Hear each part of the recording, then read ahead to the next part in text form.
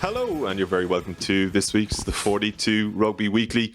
Gavin Casey here, as always. This podcast is sponsored by Guinness, who also sponsored the Women's Six Nations, and they'll be looking after us for the duration of that tournament. We've got a massive show today. We're going to chat about the Women's Six Nations, obviously look back on Ireland's victory over Wales and look ahead to the big match against France. We'll do that towards the end of the show. We're going to touch upon some of the European action at the top of the show. Ulster and Leinster emerging victorious there. But we're going to center the show on recruitment today and try to delve into the mechanics of player transfers and how that entire situation and process works. We've got a very good candidate, I think, to discuss that with us. He goes by the name of Bernard Jackman. Birch, how are you? Good, thank you. Yeah, looking forward to the chat. I love recruitment and how it works. So hopefully we can, I suppose, educate our listeners in terms of what actually happens and from a coaching point of view, you know, the factors that you need to look at. Really looking forward to it. Murray Kinsella, delighted to see your face as well. How's your week been? Great, Gav. It's a brilliant season. There's never a quiet day or afternoon, never mind a quiet week. You're kind of lining up your Wednesday afternoon and then suddenly Simon Zebo is coming home to Munster and that's all everyone wants to talk about. So, yeah, I'm loving it. There's just a great flow to the season, non-stop news and lines and great rugby as well. Yeah, some super rugby played over the weekend. Murray and Owen Toolin did a really thorough review for the 42 members on Monday. Members.the42.ie. If you want to sign up there, support our independent sports journalism and get so much extra content as well, including Rugby Weekly Extra with the two boys. Just to get your own impressions of those two games, Bernard will start with Leinster. In the end, a kind of resounding victory over Exeter, not only on the scoreboard, but in terms of how strong Leinster were for the last 60, 70 minutes. I remember Rory O'Loughlin talking about the game in advance of it and stressing the importance of putting in an 80-minute performance. And you could say, okay, they were maybe a little bit asleep or caught cold for those first 10 or 20 minutes, but ultimately there was never any sign of panic, which I found most impressive. Even when they were 14-0 down, I never got the impression that Leinster were out of that game, and it was clear that they didn't get that impression either. No, it was an incredible performance, really, and they just got more and more dominant as the game went on. And the reality is Exeter have a very good attack, and Leinster got found out quite early, went 14-0 down. And I think they learned from Saracens. You know, they went behind against Saracens in the quarterfinal in the Viva, and they got rattled. And I just thought, you know, you could see a lesson learned there, and they didn't panic. Even Sexton going off and after 28, 29 minutes could have been a blow. Ross Byrne comes on, does a phenomenal job. And yeah, they look to have the mental strength, the composure, the tactics, the technique, the individual players. And for me now, they're deserving favourites to win it. And I think this group need to win Europe. I think saw them go after that, you know, last weekend, and they're in a great position now. What did you make of Ulster's victory? It kind of felt like one of those games where they. Sorry, go for it. Yeah. No, I think Ulster. I think this is great for Ulster to be in a Challenge Cup, to be playing knockout rugby. You know, obviously away from home against Saints, and yeah, I think for them, if they can win this Challenge Cup trophy, even though it's a secondary competition, it would be absolutely huge for them, and they're building nicely, and I think not knowing they're not going to have to play Leinster at some stage to win a trophy would be good for them. You know, they're in a different block, different opponents, and they seem to be, you know, reveling in that, and that's probably something that Leinster have created in the Pro 14 is they've been so dominant in it that maybe it's actually killing the ambition or the confidence of others. Whereas Ulster now have got a competition where they should win. I think they're genuinely contenders for that. So I think that's going to re-energize them. And if they can win silverware, it'll go a long ways towards helping them potentially eventually be able to topple Leinster in a knockout game. Just to note on that, Gav, around Ulster, it's really interesting also that the Marcel Coetzee era is over. He's had an early release because he's injured and he's going to go back to South Africa. And it would be really, in that sense, even more beneficial if they go and win the trophy without him. The guy who's been the talisman, who's been the key dominant figure in the team. They've relied on him so often. And now you're seeing other guys step up. Nick Timoney has been playing really well this season. Obviously, Jordy Murphy was the man of the match last weekend. they've got David McCann bursting through as well, and obviously Leone Nakarawa is going to come in and add some impact there. But it would be lovely timing for them to go and win a trophy after he's gone. Great service, obviously, an unbelievably effective world-class player when he got back, and they were really patient with him with those knee injuries, and he delivered some big performances in response. But it's a new time now without him, and tipping on with a trophy would be really good for the province. Yeah, I agree, Murray. But just on that, I know we're going to talk about recruitment. Look, if you've signed Leone Nakawara, which Ulster have, you'd be getting pretty worried at the moment because his form has dropped off massively. So it's just something, everyone's excited about the signing, and the Leone Nakawara that burst on the scene for Glasgow, that went to Racing, that played in the Olympics, isn't the Leone Nakawara that we've seen over the last couple of months for Glasgow. But it's just worth pointing out. If they don't get him back on form, it's some drop off from Marcel Coetzee to a Leone Nakawara not on form. I think we did at the time we had those reservations. We were all excited about it, but we hadn't seen him play. He'd just been back from a year out, and long-term injuries obviously Coetzee bounce back. But totally agree with you on that one. He hasn't been the player he was. So a bit of concern there, and that's a really interesting kind of tipping off point, I think, for our chat about recruitment. Yeah, Michael Halpenny had a super question about Ulster. We might swing back around to that in a moment and just start with the two headline moves, if you like, this week, which sort of began to dominate headlines after the three Super Irish victories over the weekend. And just get your initial impressions on both signings, Murray. We'll start with, we'll go chronologically, if you like, go with Michael Alatoa and then go on to Zebo afterwards. Yeah, well, it'd been flagged, I suppose, that Leinster were out there looking for an NIQ recruit at tight head with Michael Bent leaving this summer after years of brilliant service there. He's been really important behind Porter and Furlong, who are obviously generally away with Ireland, and he's delivered excellent performances kind of behind the scenes and the matches that not everyone is watching. So he will be missed, but Alatoa is an excellent player, 3-time Super Rugby winner with the Crusaders. Obviously, they've spoken to them about what kind of person he is. And Scott Fardy apparently gave a good reference for the family. He was Brumbies and Wallabies as Alan Alatoa is. So, they're getting a really good player there, and it certainly makes their depth even stronger. Potentially opens up the possibility of Andrew Porter flipping across to Loosehead, which has been discussed by Andy Farrell a few times. And I know some people aren't a big fan of that idea at all. And I can understand why the RFU were happy for Leinster to go and sign an NIQ. They have provided those two tight heads for Ireland, as well as the bulk of the squad really with Ireland. And I mean, their squad is essentially all homegrown players, so it's tough for other people to point fingers at them. And I know people will try and compare deals, etc., but I don't think there really is a comparison. He's an excellent player. He's going to make them even stronger in short. We've had so many questions on the topic of recruitment, both in the 42 members WhatsApp group and on Twitter as well, when you threw out a tweet last night, Birch. But one from Leinster Rugby Gifts on the ladder. Would the Alatoa signing have been needed if Leinster had not provided Connacht and Munster with talented young tight heads last season? Yeah, possibly not. But there's another batch of young tight heads coming through the Leinster system. I think they needed, to be honest, I don't think Salanoa or the guy's gone to Connacht, Jack Ainger. I don't think they would have fitted that profile yet, the Michael Bent profile. I mean, Michael Bent has had a massive role to play. You lose two international tight heads, and you have one more who, in terms of scrummaging, is probably a 50 cap tight head. Michael Bent was a 50 cap tight head in terms of scrummaging.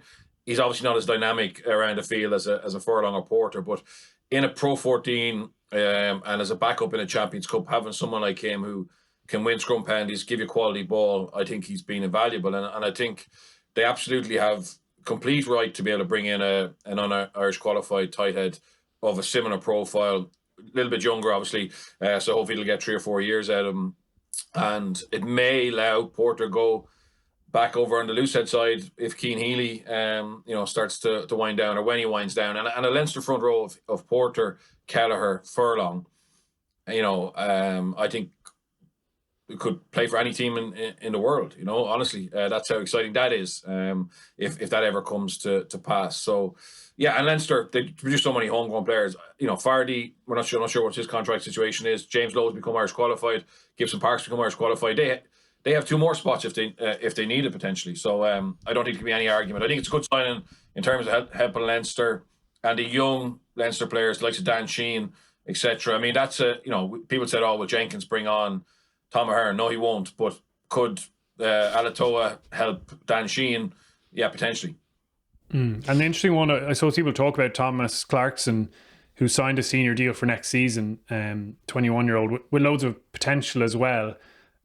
But Leinster's track record suggests that they will get him through in the right way. I mean, Andrew Porter is arguably pushing Tadhg Furlong. I know Tadhg Furlong's probably the next level above, but they got him through with Michael Bent there, and they made him a Lions contender in my eyes. So I would be surprised if Clarkson doesn't maximise his potential as well. Vak Abdeladze is just back from a long-term back injury, obviously, and fingers crossed his kind of long-term return is successful as well. But Leinster have shown that they can have multiple options in one position and still, like even with their back row, it's a great example, still have guys who are pushing for Ireland spots without necessarily being first choice in Leinster.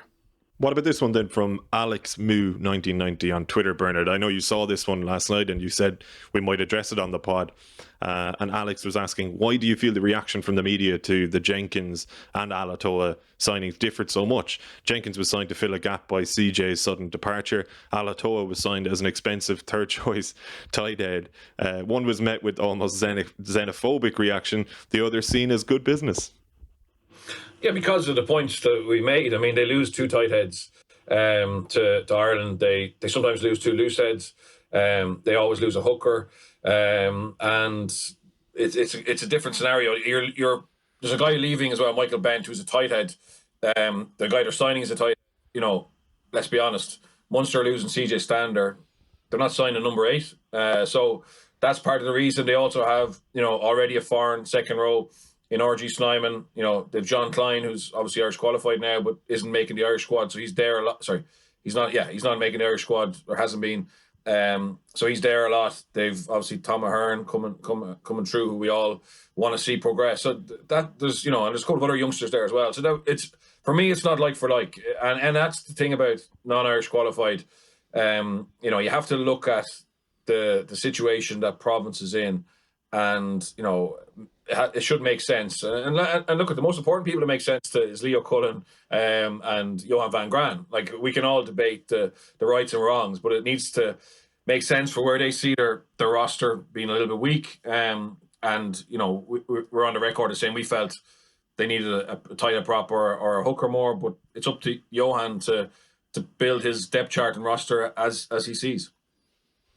Yeah, it certainly is. We'll swing back to Alatoa in a moment and maybe use that as a means of explaining how these moves come about to begin with, because you'll have some insight there, Bernard. And the Zebo one is probably a little bit more obvious to people in terms of how it actually came about. But let's get into Zebo. And there was a question from Cormac McGovern that you got an email, Murray. I'll just read out some of it as it pertains to Zebo anyway. Firstly, Cormac says Munster are a PR disaster. Why are they stressing the IRFU aspect of the Zebo deal? Do the IRFU not co-fund every deal by to the extent of 110k? Let's address that to begin with. I don't know how much you want to get into Munster being a PR disaster. It feels like maybe a conversation for another day.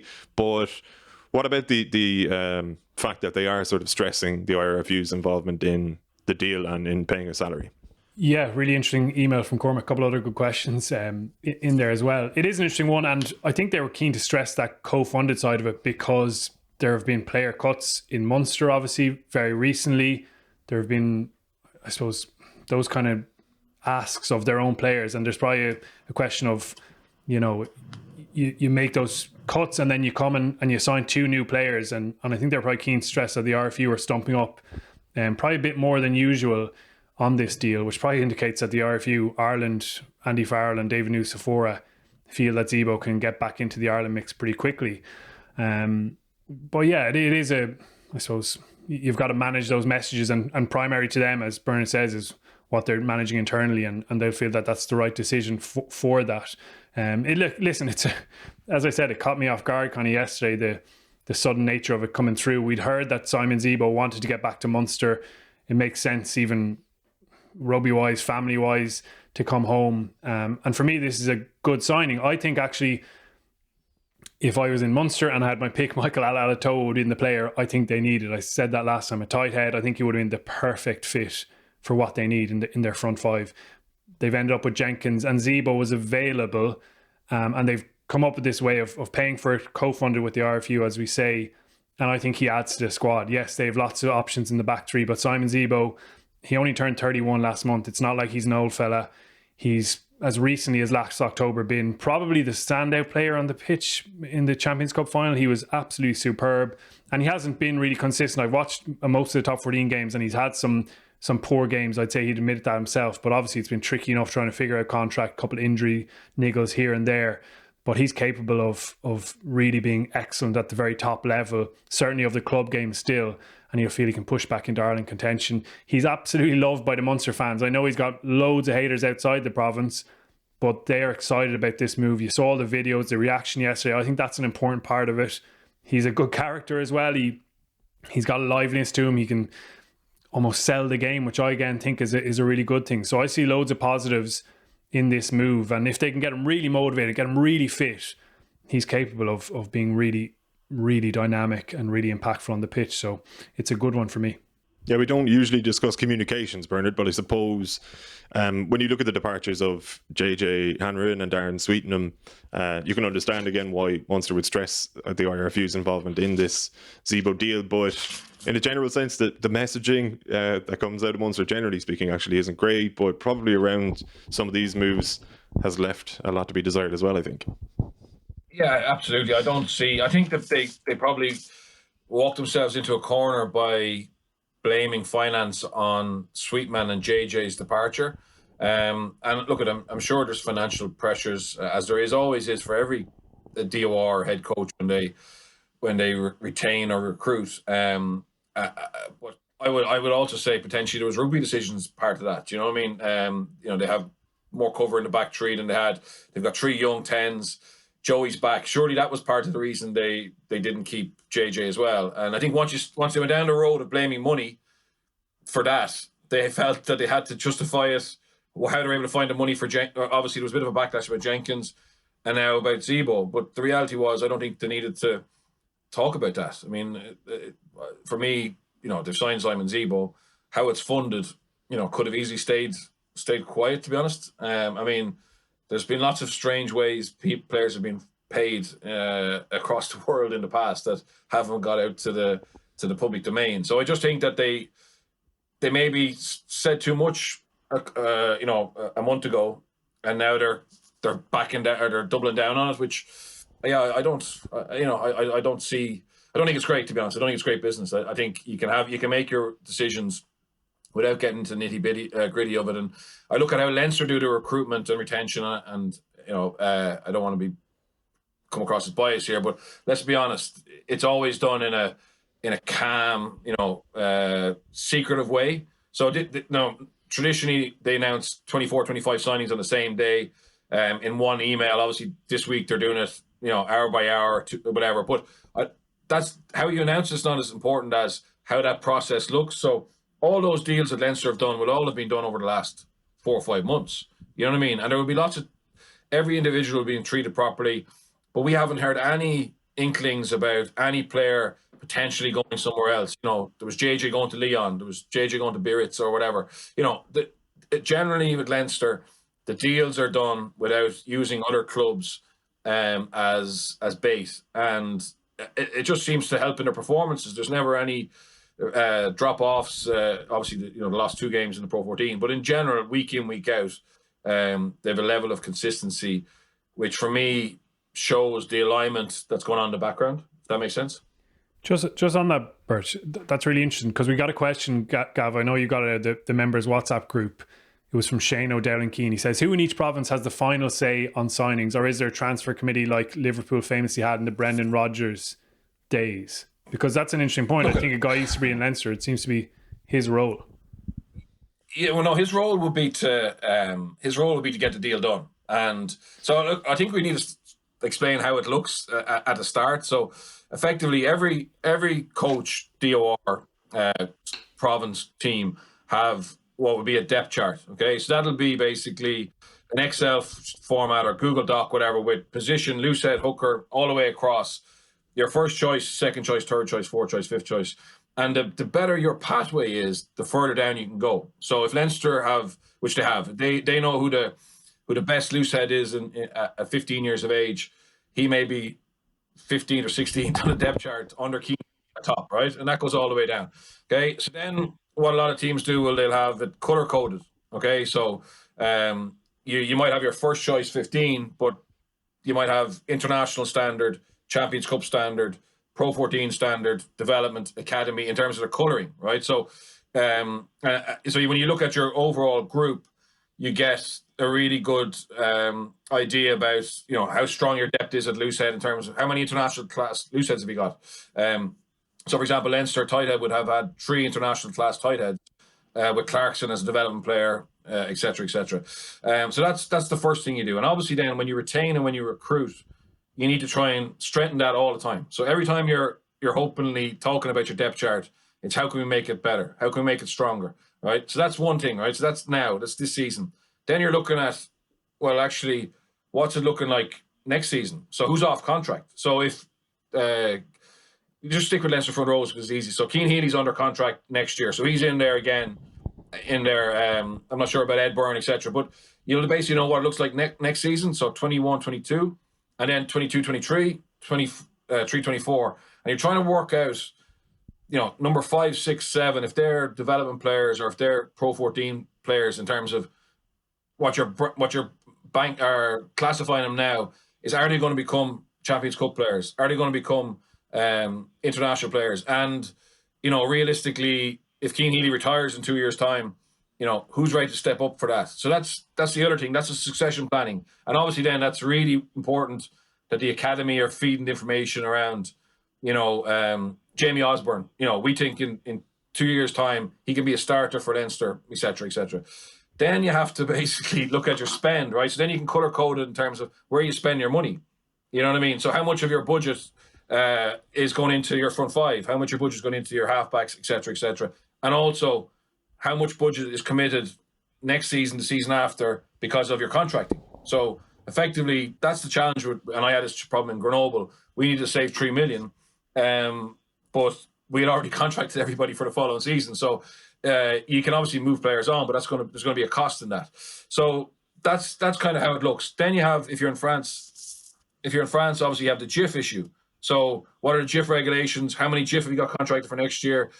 Obviously, in Leinster, it's NIQ, Irish qualified. How many of those do we have? When are they off contract? Scott Fardy, when's he off contract? Marcel Coetzee, etc., etc.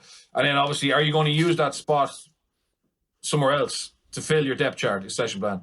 And then the other thing is you need to have a real hard look at squad costs, right? So, effectively, you'll have a squad document with wages, PA, or all the extras on top of that. So PRSI, agent fees, and they'll vary. So one agent might be getting 5%, another agent might be getting 7.5%, 10%, car allowance, flights, bonuses, bonuses for matches played. Okay, so for example, and I had this in, so we would be going, okay, we budgeted for 5.2 million. But yet, we've got 4 players on target to hit their bonuses, which is going to put us over 5.2 million. Also, based on the bonuses in terms of matches played, etc., with bump ups in salary, you may get some players hitting their numbers later on in the season, which is going to increase your salary for next year, which is going to affect next year's budget. So you can't spend that money now, if you understand. So it's a lot of different moving documents. And who has the final say? I suppose Mick Dawson has the final say in Leinster, Ian Flanagan in Connacht. I mean, because the CEO has to be able to make sure that the finances match. But, the head coach, maybe all the coaches have to sit down regularly and talk about the depth chart, the succession plan, and how much they need that player going forward. And then obviously they need to find the right financial value to it. That's fascinating, Gav, isn't it? There's so much to it. There's so many things to balance. Like, if I can just ask one more, sorry, Gav, I'm taking over. How does it work then? Let's say Leinster, they know Michael Bent's leaving, they know his salary. Where do they go, and how does that Alalato deal happen, Birch? Yeah. So basically, every agent in the world will have Guy Easterby's number. And this is brilliant because Guy can look after all that. So he can filter what information or what who speaks to Leo and Stuart, right? So that's the beauty of having a guy solely responsible for recruitment. And it's becoming more common. I think clubs are realizing this is a very important position to have, because also not just recruitment, retention. If a player is pissed off with an offer, his anger will be towards Guy, for example, rather than Leo or Stuart, and it takes that away. So when you go into play training, it's about rugby, and you're having those conversations around rugby with your coaches, and you're having a conversation around your contract through your agent or directly with Guy Easterby, in this example.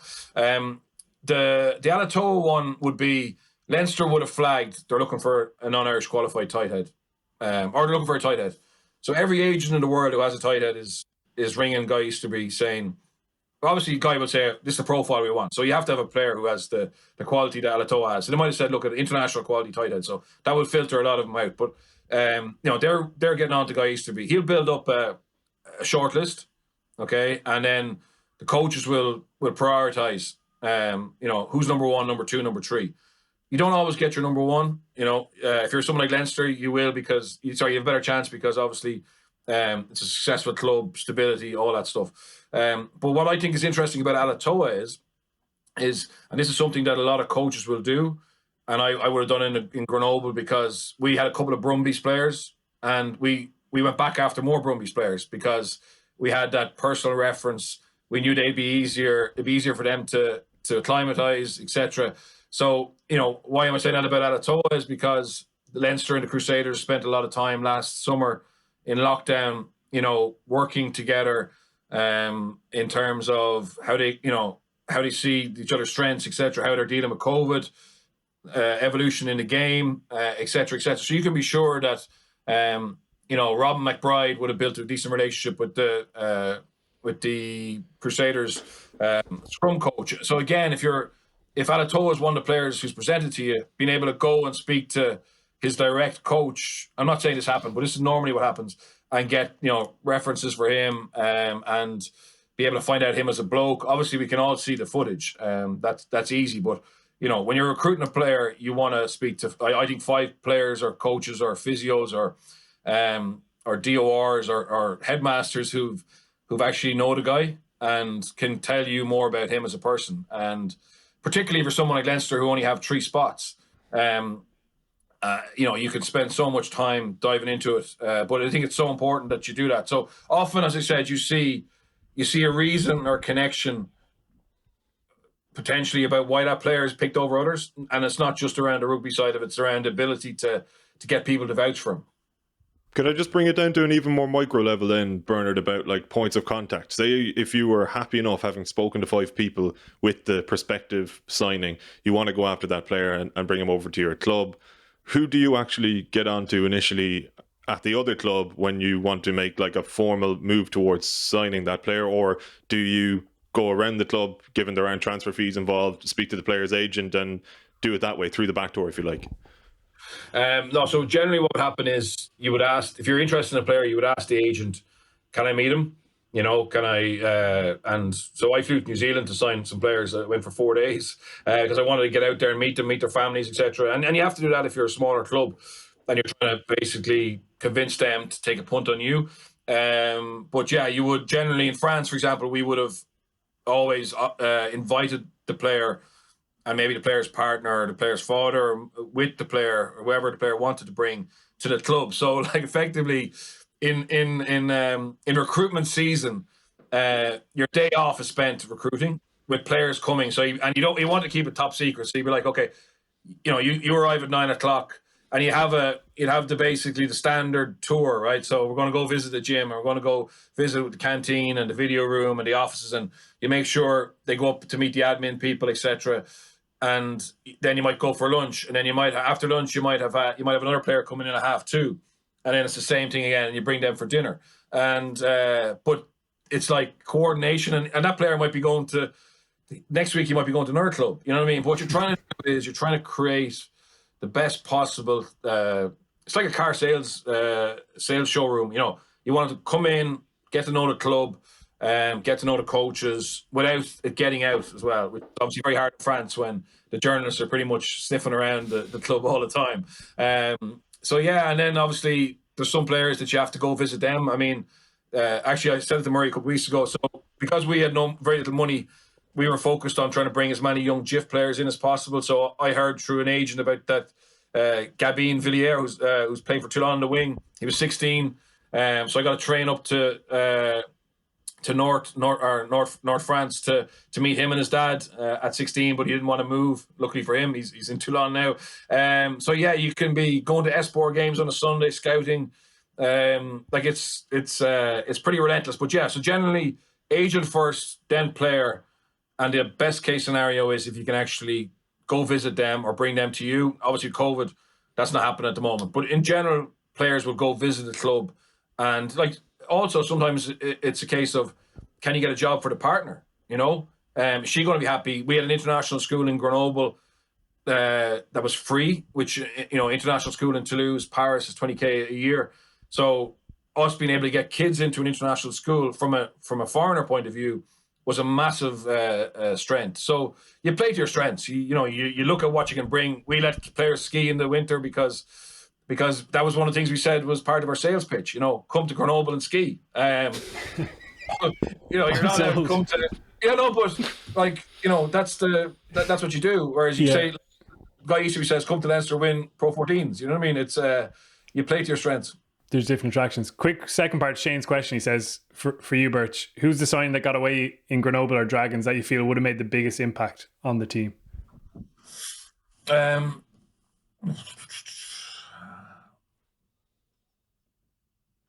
I signed a guy called. So we were in a bit of relegation battle. We had two tight heads injured. Is this a Grenoble or Dragon? Sorry, Birch. Grenoble. And I went to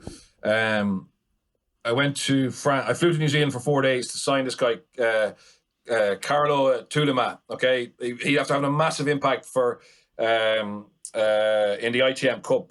He was next number 8, converted to tight head, 22 stone.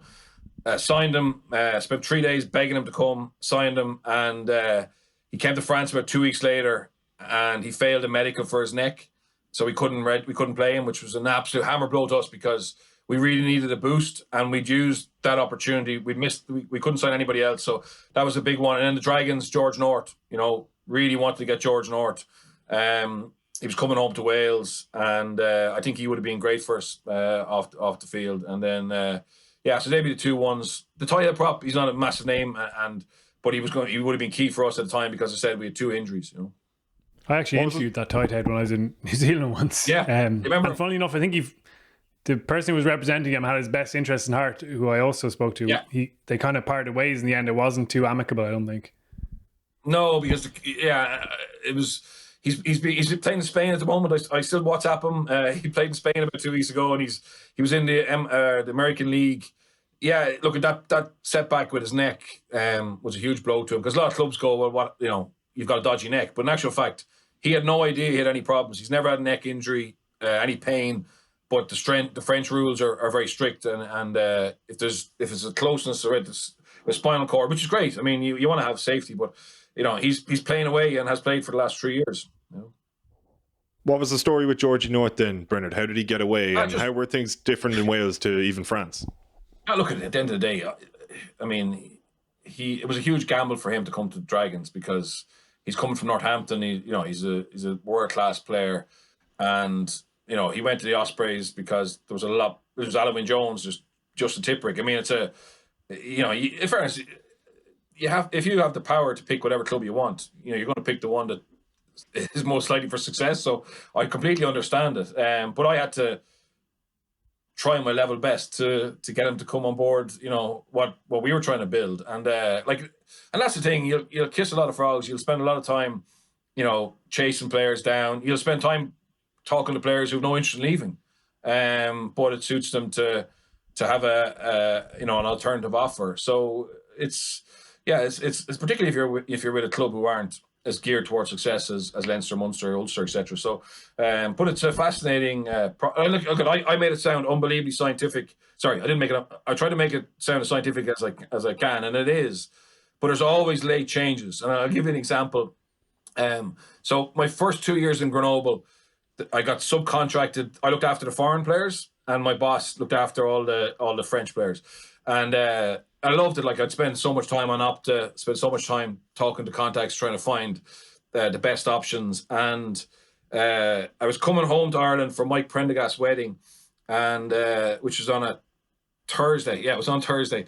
And I was coming home on Wednesday. The season was over, right? The season was over. And basically, we'd already done all our recruitment. So I basically went to my boss on the Tuesday. I said, look, are we done? And he goes, yeah, we're done. No more money. And we've all our foreign player spots done. So you're done, right? So I said, okay, I'm going to leave my laptop and go back to my Prendergast wedding, because there's no chance that's going to happen because we've no money and we've no spots, right? And I was only looking after foreigners. So that was grand. So I went home on the Wednesday, obviously flew home. I got back to Dublin Airport, message for my boss, Fabrice Landreau. He was like, ring me, right? So I rang him and he goes, we need a second row. And I said, what do you mean we need a second row? He goes, oh, I spoke to the president. We've got another sponsor. We can have a second row. And I said, but I thought we've no spots left. He goes, no, get a young foreigner who can go into the academy, and effectively they won't be GIF, but they won't be a foreigner. There's a little loophole. So they have 1 year basically where they can, so it had to be 2021. That'll be 20. So I was like, okay, I said, have you spoken to any agents? He said, yeah, I spoke to some agents. We got two live candidates. But the problem is we have to sign them by 6 o'clock Friday, because after that, it's a day. Okay. So I was like, oh, okay. So I had no laptop or anything, right? So I said, who are the two guys you have? And he goes, a guy, Lavanini, who plays for Argentina, and a guy, Paul Willemse, who plays for the Bulls, right? So I knew Willemse and I knew Lavanini. Like, in fairness, they were young, but they were already playing professional rugby.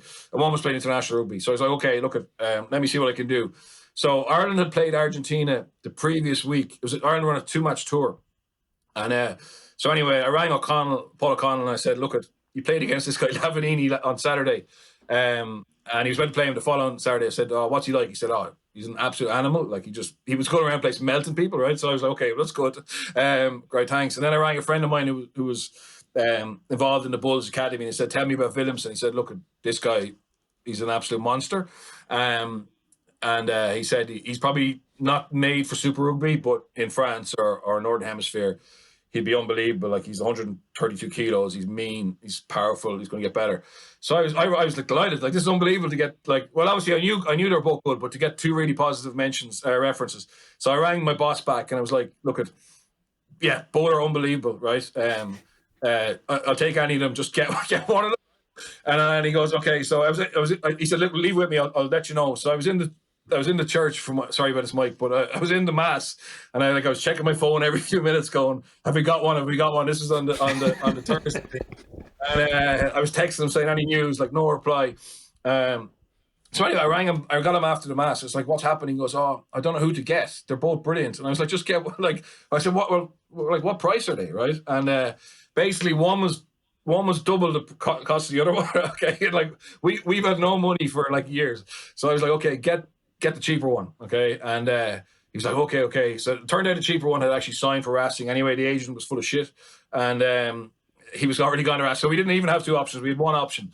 So we got a deal done for Paul pretty much Friday afternoon and got like the paperwork. It's kind of like, you see in England with, deadline fever. Like, literally, we went to about an hour before the deadline, and we got the fax back from Pretoria, and we got Paul Willemse. So yeah, that was, and like, in fairness, look, it worked out really well. It worked out really well. We ended up selling him to Montpellier. He's obviously a brilliant player, and he was great for us. But yeah, and like I would say the Simon Zebo one, if you had have asked Munster in January, is Simon Zebo your priority? He probably wasn't, but circumstances have led to being able to do a deal.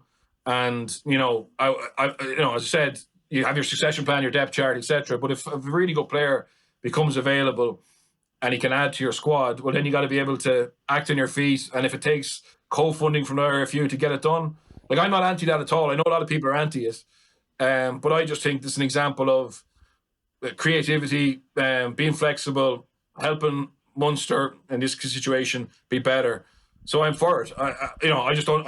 My point was, I don't think it needs to be out there. Such, obviously there has to be transparency with Connacht, Leinster, and Ulster, but I don't think it needs to be in the public domain. But that's the other side of it.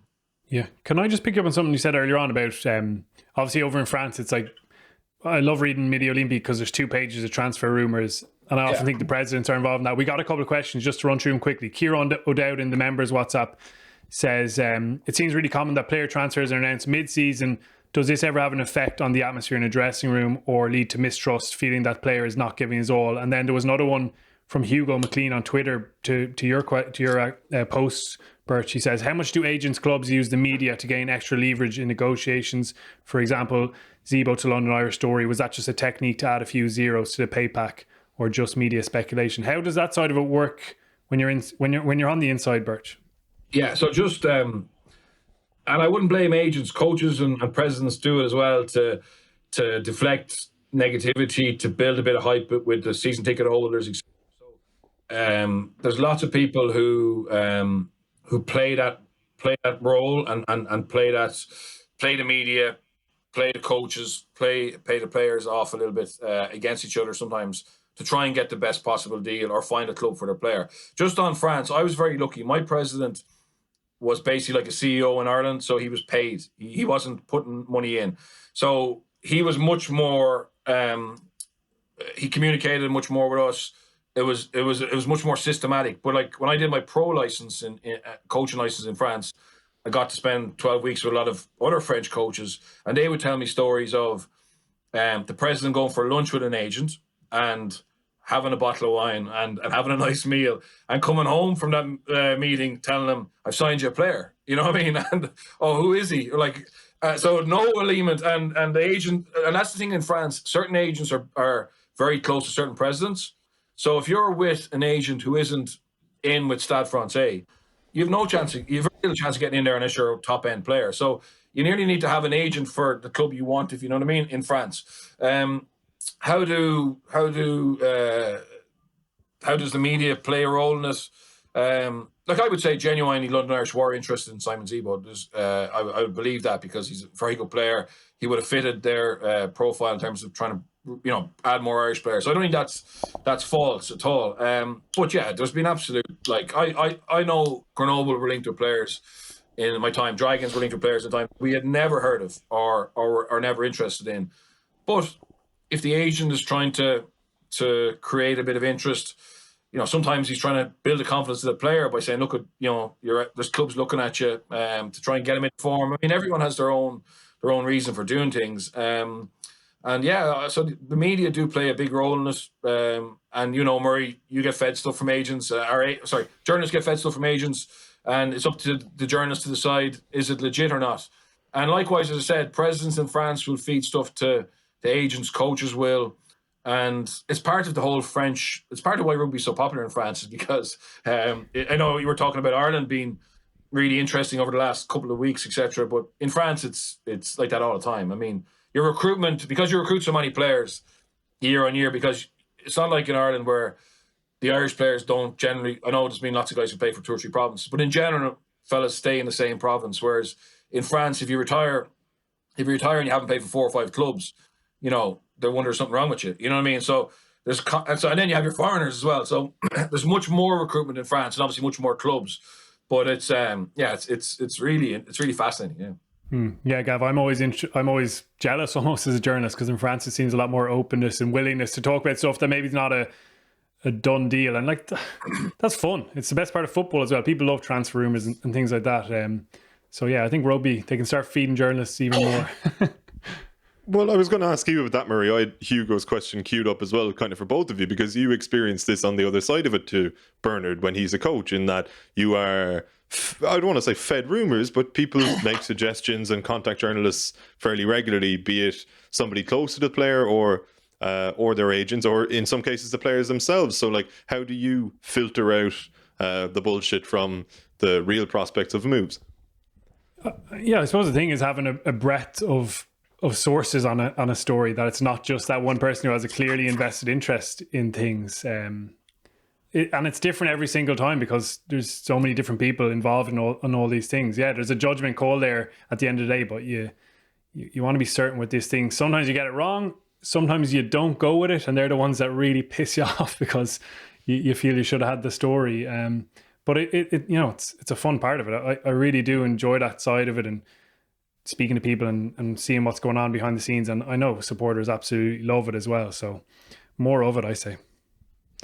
This question from Amy in the members WhatsApp group, Bernard, was roundly praised. A lot of people wanted to hear it answered. Excuse me. So Amy was saying, what happens when a player has a long-term injury?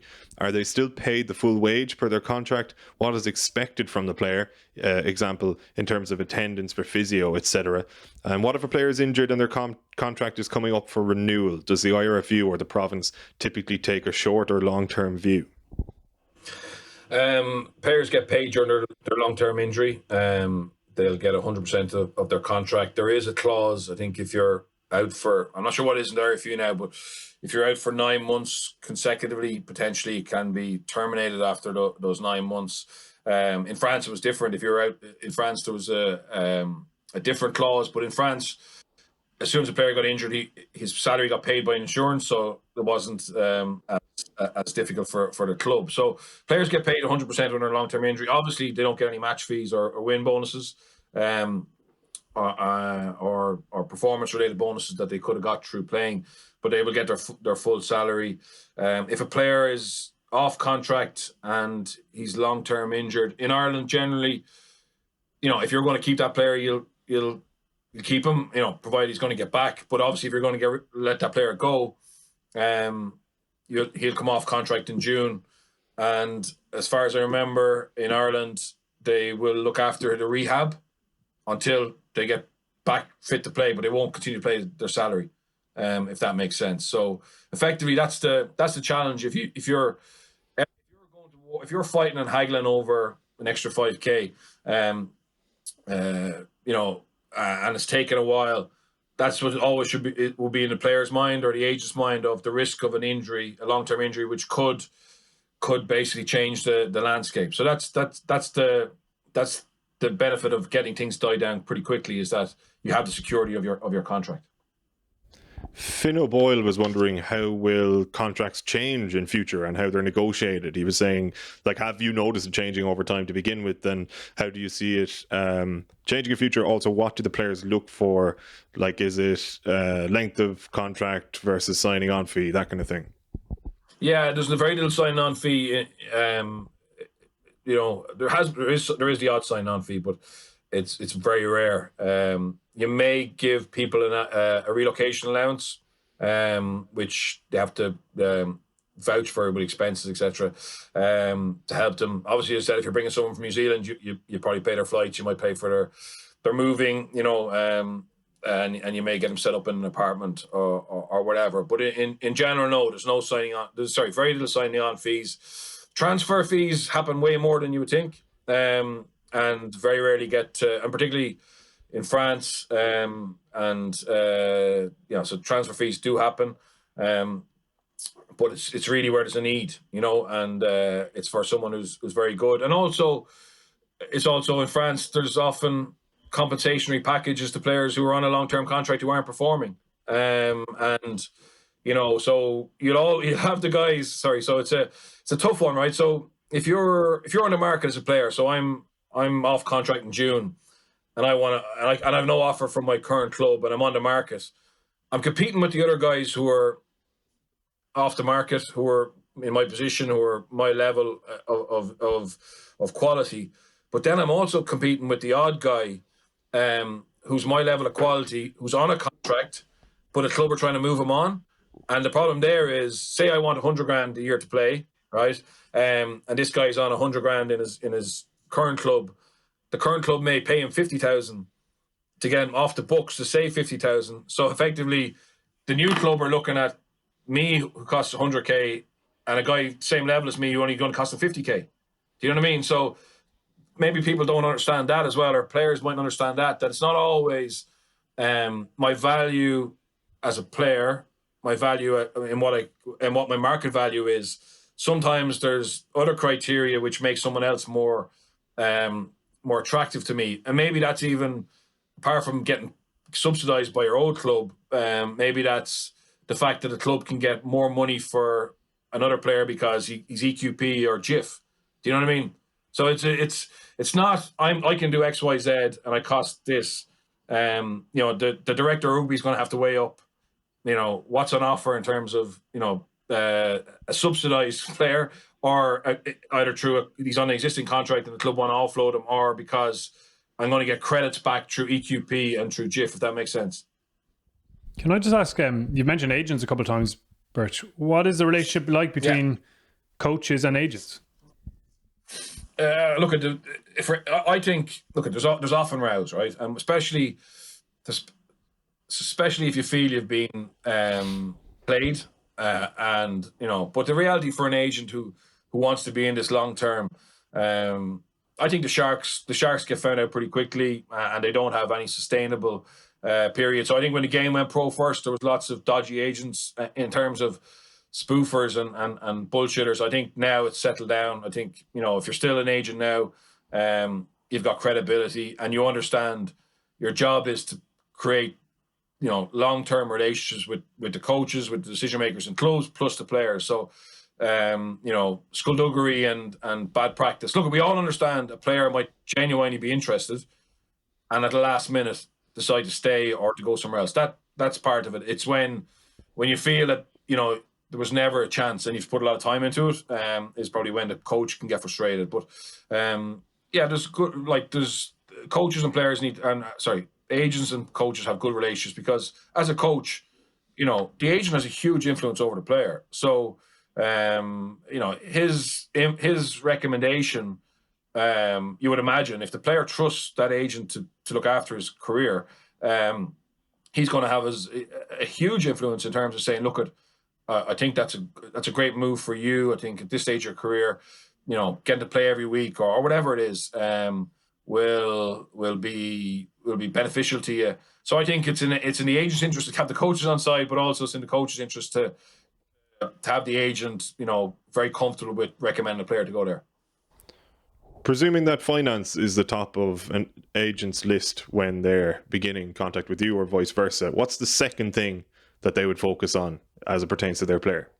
I think if they have to look at, can they play? Will they start regularly? Because that's what every player wants to do. So a player who's not starting regularly is going to be back onto that agent in 3 or 4 months going, I'm not happy. Why'd you send me here? You know what I mean? So there has to be a genuine need for that player's profile in that club. And it depends on what the player wants. Does the player want to ski? Does the player want to live in in Biarritz? Does he want to surf? Does the player want to live in Paris? Does the player want to live in London? So, that's important. So there's no point sending the player to Newport if they want to live in Paris, because it's going to end up being happy anyway. But so what the player wants is obviously important for the agent. And then again, the player will say, so obviously if Simon Zebo signed a 1-year contract, he wasn't paranoid about security.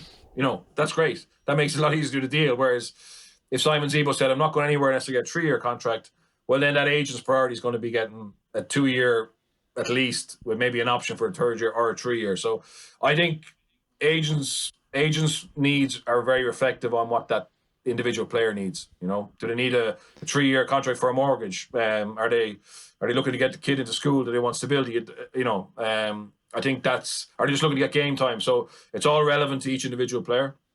What about that 1-year deal then? As you brought it up, I thought of a question we got on Twitter from Owen Ryan, and Owen was asking, is signing only for 1 year a bit strange? He was also asking, do we anticipate Munster will make any more signings? But just to begin with, that 1-year deal, Murray, is it strange, or is it just a case of play it by ear? It's kind of almost become standard almost this year, given COVID and I suppose restraints on budgets, and there's probably a bit of risk there for Simon Zebo, but yeah, I think he's backing himself, and I wouldn't be surprised to see him nail it and extend on.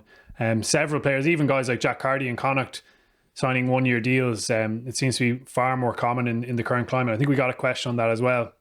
It has changed in that regard. Obviously, contracts have gone down in terms of the value, and also the length of them has decreased as well. So that's kind of common across the board, really. Yeah, I love the fact. I love the fact Zebo took a 1 year. I think it's brilliant. He's coming back. He's going to perform. and it's less risk for Munster, and the risk is on the player's point of view. So I really admire that. I think it's great. We didn't give producer Brano, the Bows diehard, what he wanted here. An hour of Simon Zebo chat he asked for from us, but that kind of actually, I think it indicates the sheer level of interest in Zebo coming home as well. Yeah, it certainly does. Bernard, you were talking about obviously recruitment of foreign players while you were in Grenoble. Obviously, when you were Dragons, there was more of a focus on Welsh qualified players, and I'm wondering how different the recruitment process is with something like that. How much more you have to have eyes and feet on the ground in terms of scouting and so on. And we had a question as well about talent ID that we might get into if we have time in terms of how it works in Ireland. But even in Wales, where you were focusing on those Indigenous players, how did it work? Yeah, so basically, just the background is, and this is very specific to that challenge. So WRU bought the Dragons. So we were the only region that was under the ownership of the WRU, and it made sense to go down the Welsh qualified route to me, and to the board and to everyone involved. So we had, I think, maybe 10 non-Welsh qualified when I got there. When I left, we had 1. And that was part of our strategy to make it very Welsh, and to try and bring as many Welsh players through. So we didn't really have a strong academy because funding had been cut from that for 2 years. So basically, we had to go and look at. We didn't have the. We were going to find it hard to attract Welsh players from other teams or other regions, because why would you leave the Blues, the Scarlets, or the Ospreys to come to the Dragons if you're starting? So we went after the Welsh qualified players who were across the bridge. And luckily, there was a few in Bristol, so Roger Williams, Jordan Williams. There was a guy called Nicky Thomas. There was Ross Moriarty. There was a couple of guys. There was a guy called Hugh Taylor in Munster. So we went to we tried to bring back Williams, plays in Gloucester. Sorry, my head's gone. Owen Williams, yeah. Owen Williams, try to bring back Owen Williams. So we basically went after every single Welsh qualified player that was out of. George North was coming back, so that was our model. And we got some guys back, and Ross Moriarty wouldn't have been able to go to the Rugby World Cup if he hadn't come back to Wales, because he didn't have 60 caps. So so there was a strategy there for the Dragons. There was a strategy there aligned to what made sense from a Welsh Rugby Union point of view. So yeah, that's very different than so I would have also been targeting young Welsh kids. So I would have spoken with the guy in Wales who was responsible for exiles, and he would have had a depth chart of like 400 kids between as young as 13 or 14 who had Welsh parentage, are Welsh qualified, and you're trying to work out which ones of those fit into your succession plan, and can you get them back? And we also had a lot of kids from our region who had got scholarships to go to private schools in England. Some Tongan kids whose parents had come to, like the Falataus, whose parents had come to Wales to play rugby semi-pro back 18, 19 years ago, lived in Wales, were very good rugby players at 12, 13, like the Vunapolas, big private English boarding schools came in, gave them scholarships, but then they were in the English system, so they were like getting tapped up by Newcastle Academy or whatever school, whatever professional club that school fitted into. So trying to work with those, and like that, that was your day off, gone driving to Sussex or wherever to meet a kid who's in boarding school at 15, 16. But that was the project, and yeah, so we had some success and we had some failures, but so that was very Welsh qualified, but that was a complete rebuild. So if you went into the Dragons now, they would have a much better succession plan, roster idea about where they're going, if you get me, because it's unusual to go into a club that kind of didn't really have it was nearly gone bankrupt. So I think that was a very special kind of project. Michael had the question about just gaining an understanding as to how young talent is spotted here, how it's developed, and how it differs by province. And if the recent IRFU cuts are going to impact this, that might be nearly a chat for another day, because it feels like there's a lot in there. But could you give a brief enough synopsis, Bernard, as to how, say, a Leinster or a Munster would go about actually identifying talent and recruiting them to academies and so on? Yeah, well, look, they have each province has got a guy whose job is to look at the depth chart from 18s down. So I know Trevor Hogan does it.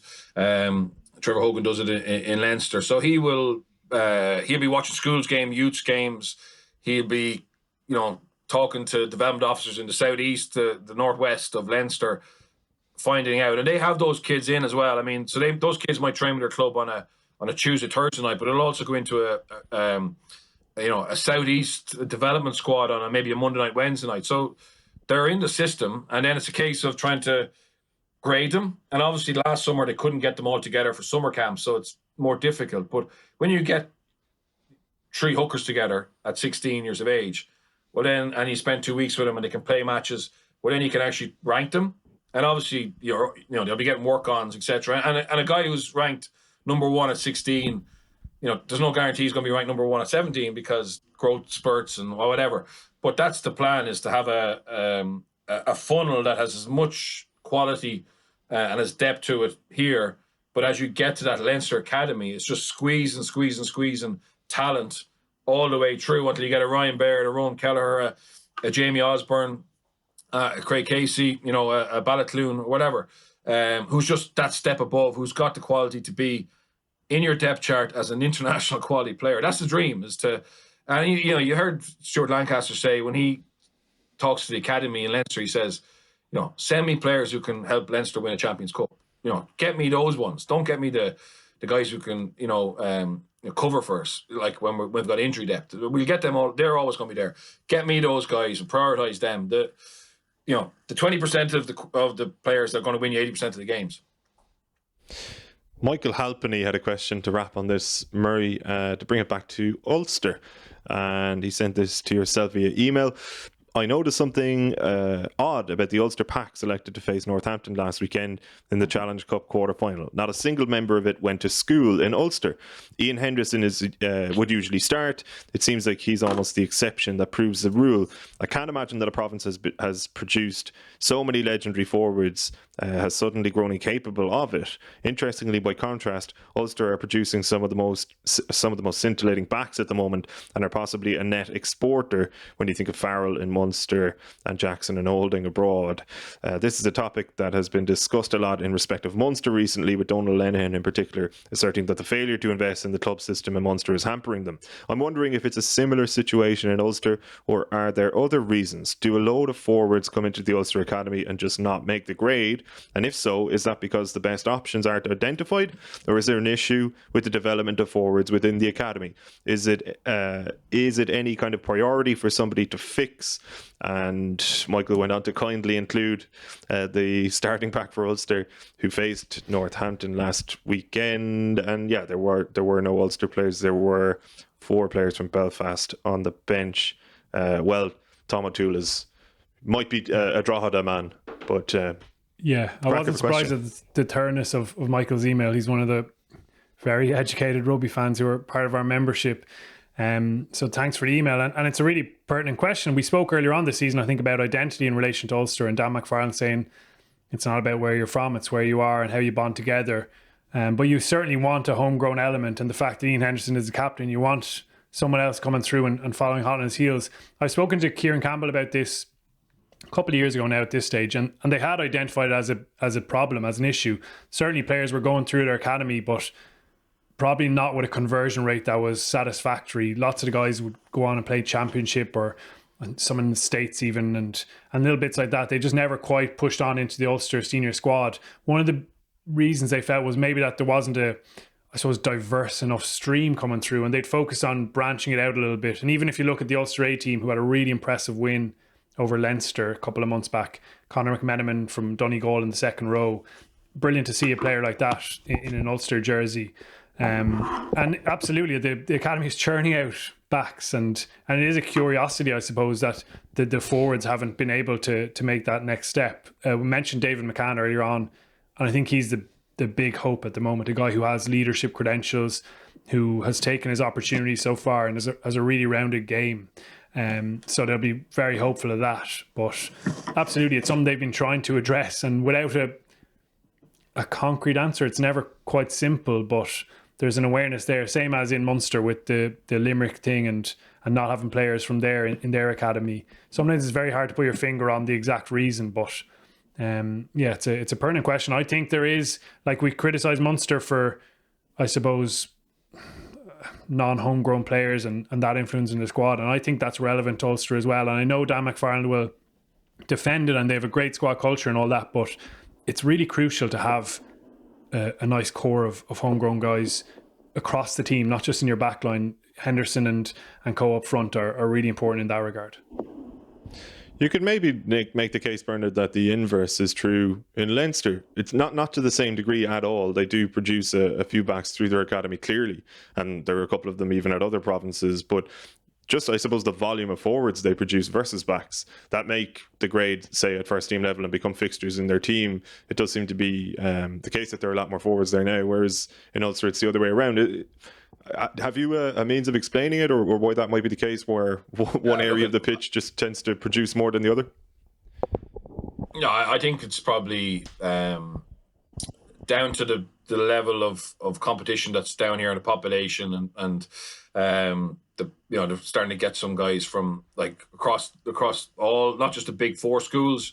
You're getting guys from the less prominent private schools, plus some guys from outside that network. I don't think I think in Ulster probably the lack of competition or depth to their main schools or production line is hurting them, and it's just coincidentally there's been more backs than forwards, and I don't think there's anything around how they're coached up there, and that it's just literally a numbers game, and Leinster have the advantage there. And also, like, while we can criticise it, it is also good that a host of Leinster produced players, or players who originate from Leinster, go and excel with other provinces as well. Someone like Alan O'Connor in Ulster, who's an absolute stalwart up there, has been brilliant all season again this year. Missed out in Leinster, but he has an avenue to keep playing professional rugby in Ireland rather than going abroad, or maybe just giving up the game. And same elsewhere. Connacht of Leinster players, Munster of someone like Ty Byrne, who came through Leinster's system and it didn't quite work out for him, but now he's made a massive success of it. That's an important part of it as well, but absolutely Ulster will be looking at addressing that question themselves. Really enjoyed that chat on recruitment. Let's wrap on the women ahead of their big game this weekend. And to ask yourself, Bernard, to begin with, because as we were saying earlier, Murray and Owen did chat about the Wales win on Monday. How impressed were you by it? We'd been chatting in advance of it, actually, the three of us, and talking about some potential issues in the Welsh camp and how Warren Abrams might be struggling to get, like, every player on side. It sort of did strike as that type of a performance by Wales, but I'm not sure how much of that came down to the fact that Ireland started so electrically quick and really put the game to bed so early, to the point that it didn't feel like a competition for the last 60 or so minutes. Yeah, I look at that. There's definitely issues behind the scenes in Wales, but I think that they would have saw the Ireland game as a chance to to right some wrongs and a backlash. But the way Ireland started, it was phenomenally impressive, to be honest. I mean, for a team who hadn't played a game and hadn't played domestic rugby, they deserve massive credit for how they've prepared and how they seem to have built on what we saw last year as green shoots. You could see there was things starting to happen. But I thought we'd be kind of maybe back to that again, still trying to find a way of playing, still trying to, build a game plan. I thought defensively very well organised, and attacking shape was really good as well, and the skill set was excellent. I mean, to build the phases that they did for the first couple of tries, their ruck technique, their ball presentation, their movement to the ball, their balance between forwards and backs carrying, I thought was excellent. I mean, they really deserve a load of credit because they had every excuse under the book, and they didn't allow that affect them. So it's another step up, obviously, at the weekend, but they seem to be in a really good place, and I think they're looking to catch on to France and England, and not talking about them being pro and Ireland being amateur, just getting on with building a really good team. The cohesion was unbelievable, Murray, I thought. Within 30 seconds, you saw Ireland building phases, and just the coherence with which they were doing it and the fluidity to their attack blew me away, because, as Bernard says, 6 months without a test match is unbelievable. And to be honest, I know they were talking in advance about 20 training camps and we're like a well-oiled machine and all that. For me, anytime I hear anybody say that, even in other sports, boxers talking about training camps, for example, I'm like, I'll believe it when I see it, because training camps don't really tell you. Like, they can give you an idea as to where you're going, but when you get out there on the pitch, it can go drastically wrong as well. So that's what impressed me most, was like, not only did they actually back up their own talk, but they exceeded certainly my expectations, if not their own. Absolutely. And it was different, I suppose, in that obviously it's over a longer period of time here, but generally the amateur women's team don't have as much time together on the pitch to nail things down. There's an absolutely massive understanding of exactly where they've been trying to go, as Bernard mentions there. And they do look really well coached, in credit to Adam Griggs and his team around him. Everything they did was sensible, incisive, and some of it was as simple as getting the ball to Baven Parsons, which they did repeatedly. You know, right-hand side scrum, don't mess around, just get the ball in her hands, and you saw what happened. They did that several times during the game. Some of the starter plays were simple but direct and allowed them to play on front foot possession. Defensively, so cohesive, and everyone understanding their roles, that if someone was going to commit to Jackal, everyone else had to be on their feet. There was no over-committing. Every part of it really was thorough. The line out, I thought, was exceptional. And again, simple in the defence. They marked the front and middle. They said, you can have the back if you want, Wales. And they didn't want to go there, and they picked it off repeatedly. Scrum obviously was a major strength as well, and they just went after it really relentlessly. So well coached, well organised, fit. Everyone looks physically in good nick, and an absolutely invigorating victory. And you've got a couple of stars like Baven Parsons and Dorothy Wall, 19 and 20, and you need those as well. It's a team sport, obviously, but they're kind of symbols, I suppose, of the revived nature of this squad. So I'm fascinated to see how it goes against France, who had a very similar victory over Wales in the first weekend of the championship. They started off, they were on fire and scored 3 tries. It was the winger Caroline Boujard who scored 3 tries inside the first 15 minutes. They had 2 maul tries, 2 of their 5-metre scrums were converted into tries, and they also had one on kind of kick return in the second half. The fullback Boulard finished it off. So they've got a variety of strengths. They've got some real power and size in their pack in particular that Ireland are going to be really wary of. But it was funny how similar the 2 victories were, and I'm fascinated to see now where that meets in the middle with Wales removed from the equation. But it is exciting. It is exciting to see such a thorough, comprehensive record win, albeit with the issues that Wales are clearly having at the moment. Can I stick with yourself on this one and ask you about, say, Baven Parsons and about Dorothy Wall, given they're so young, given how well they played at the weekend, and given how good we know they are? Like, they feel like 2 figures of the women's sport that could be used or harnessed to really grow the game here. We were chatting to Baven Parsons during the week about she was doing an Avonmore sponsorship thing. Sorry, I can't think of the campaign name, but it's in the piece, Avonmore, all right. And I was blown away by how impressive she was, like as such a, without meaning to condescend, but as somebody who is so young, for her to speak so forthrightly, so confidently, so eloquently. Even when I was suggesting to her that there have been fears over the last few years that the Six Nations is almost becoming a 2-tier competition, with France being semi-pro, with England being pro. And she almost, she gave me daggers down the Zoom lens, you know, like she's kind of scoffed at that notion. And she struck me as somebody around whom you could actually build a sport. She struck me as somebody whose face could be a poster on kids' bedroom walls, boys and girls. Like she seems like a bona fide star in the making, and I guess somebody who has the potential to cross over as well and become a sort of a mainstream sporting figure, which is more difficult for women in sport in Ireland. The same can be said for Wall. I think she was absolutely sensational over the weekend on both sides of the ball, and they're going to be there for years. So what I'm asking you is, like, shouldn't the IRFU actually look to capitalise on people like this and really build the women's 15s game here? Yeah, absolutely. I mean, Parsons comes across as such a mature, kind of self-assured, interested person. Obviously, that'll wear down a little bit with years in media, I presume. But she has something to say. You know what I mean? She has something to say for herself, and she's not shy about it. And I really enjoy that side of it as well. She's clearly confident about her rugby ability, and I've been impressed with how every time she plays, you can see the signs of learning and the hunger that her teammates talk about to improve, even defensively, that side of her game, which wasn't tested massively against the Welsh, obviously.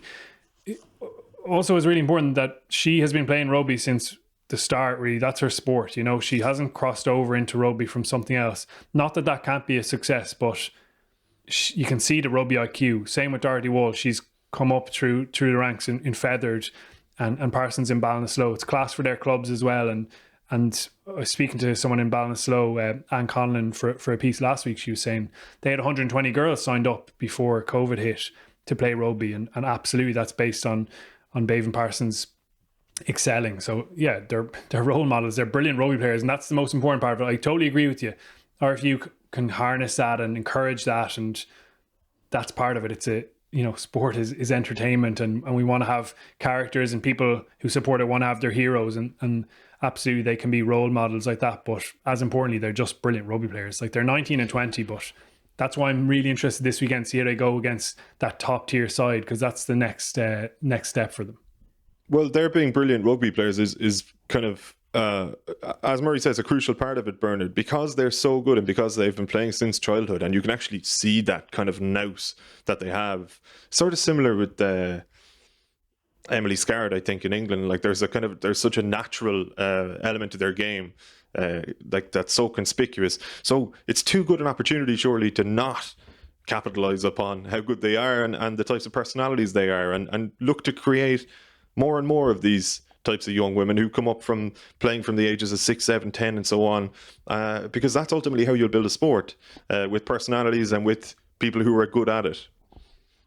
Yeah, it's exciting. I mean, I've been working on a lot of the women's games over the last couple of years, and I suppose going away from the games, you're going, where's the end point? They were kind of blocked in between, obviously, the team of that won the Six Nations and beat the All Blacks, and they've been in transition. But I genuinely felt Saturday, and doing some work on it for Against the Head, that this is a team with the potential as a team, but also with the individuals that you just want to know more about and kind of hear about their journey. And like, I was looking up some stuff yesterday about Hannah Tyrrell, and like, she looks so good on Saturday, and we've been kind of crying out for a 10, and her story and her experience in other sports and all that stuff. Like, and some of the, like, the reason we love Zebo is because he's authentic, and he's different, and he's himself. And I'd like to hope that these players, these women, keep that sense of their journey and their personality. And if they do, I think people will follow them. 100% they will, because their performances are excellent, and they're going to get better. Plus, obviously, they seem to be very likable, very normal, and good characters. So what more do you want?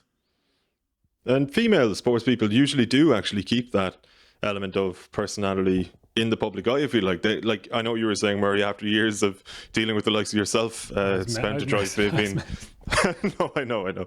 But because ultimately they can't actually afford to give the boring passive answers just to get the interview out of the way, because they're trying to build something for themselves and for girls growing up beneath them. Like, they want as much coverage as they can get, understandably. Whereas for the Dublin footballers, for a Premier League soccer player, for even some of the Ireland men's rugby team, they know they're going to be front and centre of the papers, of the 42, whatever, radio. They actually often don't want that. So women's rugby players, female athletes, generally speaking, always strike me as being a bit more authentic as a general rule, because they almost have to be in order to give themselves that platform, So, yeah, and as Bernard says, this team seems to be chock-a-block full of those types of characters. It's not just Bavian and Dorothy. We were just using them as examples given they're 19 and 20, but like, you think of Emer Considine and Hannah Tyrrell, as Bernard was talking about, you could actually go through 1 to 23. They all seem like really interesting characters. Yeah, absolutely. And that's part of it. There's a series on the 42 at the moment about trailblazers and women's rugby. It's really interesting kind of seeing this very recent history in some cases, and that's still part of it. That unfortunately is the reality. As we said, it's amateur status. You would hope that Parsons and Wall and the other younger members of the Ireland squad are going to live through a transition into professionalism in women's rugby in Ireland, with the WXV competition coming in 2023, more demands than ever, hopefully more interest than ever. And that seems to, certainly in the last couple of weeks with the standalone nature of Six Nations, that seems to be happening. So absolutely, they can be trailblazers in that sense as well. Let's look ahead to that France game there. You've touched upon it a couple of times. I'm not sure what else there is to ask apart from, do you think they can do it? Because we've only seen them both, certainly I've only seen them both play Wales. As you say, there were similar types of victories and Wales didn't put up a great deal of a challenge. So how do you think they stack up against each other, Murray, and who are you leaning towards this weekend? It's a tough one to call, because France obviously for a much longer period, have been that top tier team. And that's probably why I would lean towards them. But based on last weekend, I do expect Ireland to be in the contest. And I can't say I've felt that coming into the championship and looking at the fixture list. I saw Neil O'Riordan tweeted out that the French kind of union are already given accreditation for their final against England, which is interesting. Maybe that's just a logistics thing, but that would have been the absolute expectation coming into the championship, whereas now it feels more uncertain, and even making it that is a positive, as we spoke about before the championship. So listen, I probably do expect France to win, if I'm being 100% honest, based on kind of historical success, but fingers crossed it'll be a close, tight one. In recent history, Bernard, the Scots have held France to a draw. Italy beat them a couple of years ago and finished ahead of them in the championship. Is that cause for optimism for Ireland combined with that performance against Wales? Yeah, absolutely. I think Ireland need to be optimistic. It's a great chance, but I do think probably I'd say that Scotland draw and maybe the Italy defeat came from overconfidence on the French part, or part of it was down to that. I think our cards are marked. It's when they analyse us in terms of Wales, they're going to know that it's a team that they've been beaten over the last couple of years. So that's going to be a challenge to not be a complete underdog. But yeah, if they can build on Wales, which you would like to think they will get better from the Wales game because they hadn't played. Look, if we can be competitive against them, that's a good start. Obviously, we want to win, but just bridging that gap. England and France seem to have pulled away, and I suppose it's for us to leave the others behind. Super. What I love about that team is that we're talking about them bridging the gap and being competitive, and they're talking about winning. So, in Baveen Parsons' words, bring it on. Looking forward to it. Lads, pleasure as always. Murray, thank you. Cheers, Gav. Bernard, thanks a million for all of your expertise on recruitment. It was superb. Thanks, Gav. And thank you to everybody at home as well, all of the 42 members, for all of your questions. We got around to as many of them as we could. Loads of questions on Twitter as well. Thank you to everybody who sent those, and to the couple of lads on email. Back on Monday for Rugby Weekly Extra. Murray and Owen looking back in the weekend. I think it's actually going to be me and you, Gav. I forgot to say it to you, but I think it's the pair of us teaming up. Super. Back on Monday.